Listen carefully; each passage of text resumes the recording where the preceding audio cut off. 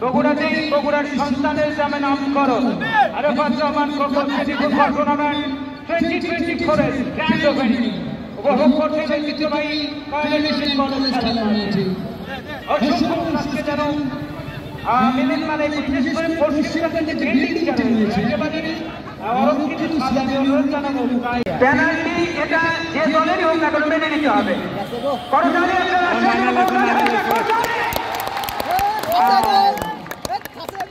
Messi পর্যন্ত penalty miss করছে। প্রবল দলে টিম ম্যানেজার দর্শক সহ যেন কাকুতি বিনীতি করছে সৃষ্টিকর্তার দরবারে। সূচনা কিন্তু উত্তরবঙ্গের একটি আলোচনা পর বগুড়ার মাটিতে বাদশা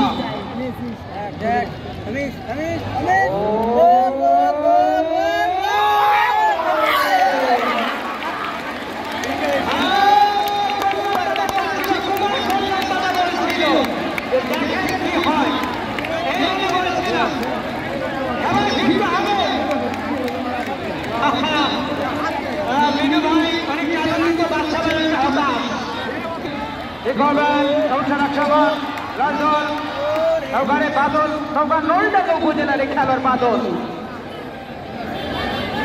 গত মঙ্গলবারের দিন যখন সেমিফাইনালে গিয়েছিলাম নাটোর ডিসি কাপে নলডাঙ্গারে অসাধারণ খেলেছিল এই বাদল।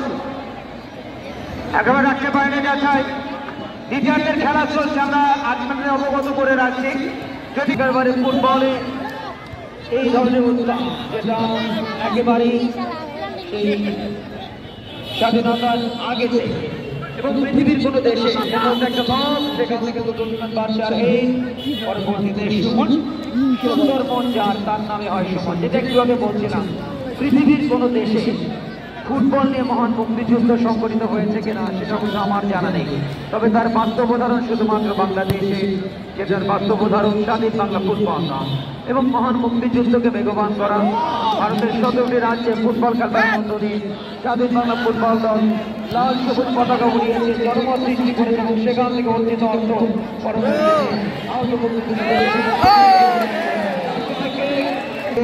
আন্তর্জাতিক টুর্নামেন্টে বাংলাদেশের খরা চলছে। যে খরাটা দেশের প্রত্যেকটি জেলা